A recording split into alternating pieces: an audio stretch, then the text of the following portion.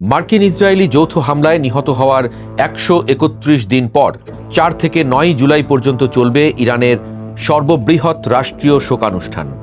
মাশহাদে ইমাম রেজা আলাইহিসসালামের মাজার প্রাঙ্গণে সমাহিত করা হবে প্রয়াত সর্বোচ্চ নেতাকে।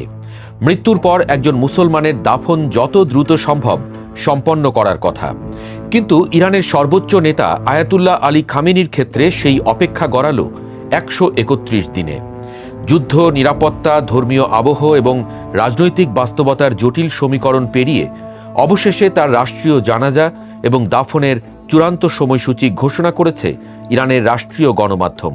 ঘোষিত সূচি অনুযায়ী আগামী ৪ ও ৫ই জুলাই রাজধানী তেহরানের ইমাম খোমেনি মোসাল্লায় সর্বসাধারণের জন্য শেষ শ্রদ্ধা নিবেদনের আয়োজন করা হবে। ৬ই জুলাই তেহরানে অনুষ্ঠিত হবে প্রথম জানাজা এবং বিশাল শোকযাত্রা। এরপর ৭ জুলাই ইরানের অন্যতম ধর্মীয় কেন্দ্র কোম নগরীতে হবে দ্বিতীয় জানাজা। সবশেষে ৯ জুলাই উত্তর পূর্বাঞ্চলের পবিত্র শহর মাশহাদে চূড়ান্ত জানাজা শেষে ইমাম রেজা আলাইহিসসালামের পবিত্র মাজার প্রাঙ্গণে তাঁকে দাফন করা হবে। উল্লেখযোগ্য বিষয় হল, মাশহাদই ছিল আলী খামেনির জন্মস্থান। ৮৬ বছর বয়সী খামেনি গত ফেব্রুয়ারিতে তার আবাসিক কমপ্লেক্সে যুক্তরাষ্ট্র ও ইসরায়েলের যৌথ বিমান হামলায় নিহত হন বলে ইরানের পক্ষ থেকে দাবি করা হয়।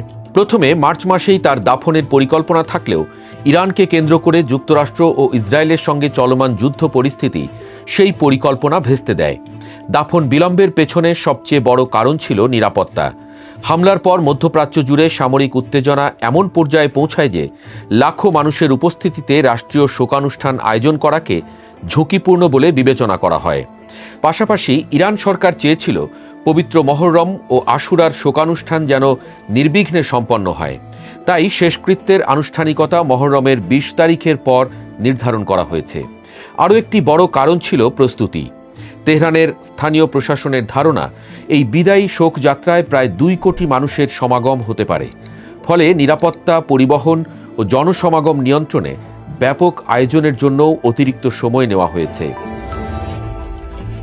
খামেনির মৃত্যু শুধু একটি যুগের অবসান নয়, ইরানের ক্ষমতার কেন্দ্রেও বড় পরিবর্তন এনেছে।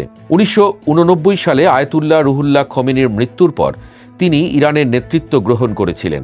এই দীর্ঘ প্রায় ৪ দশক দেশটির সামরিক ও আদর্শিক কাঠামোকে শক্তিশালী করেন। তার মৃত্যুর পর ৮৮ সদস্যের বিশেষজ্ঞ পরিষদ তার দ্বিতীয় পুত্র ৫৬ বছর বয়সী মুজতবা খামেনিকে নতুন সর্বোচ্চ নেতা হিসেবে নির্বাচিত করেছে। এদিকে খামেনির দাফনের ঘোষণা এমন এক সময় এলো যখন পাকিস্তান সহ কয়েকটি দেশের মধ্যস্থতায় দীর্ঘ ৫ মাসের ইরান যুক্তরাষ্ট্র সংঘাতের অবসান ঘটিয়ে একটি সম্ভাব্য শান্তি চুক্তির আলোচনা শেষ পর্যায়ে রয়েছে। ফলে অনেক বিশ্লেষকের মতে খামেনির শেষ যাত্রা শুধু একজন নেতার বিদায় নয়, বরং যুদ্ধ পরবর্তী নতুন এক ইরানের রাজনৈতিক অধ্যায়েরও প্রতীক হয়ে উঠতে পারে।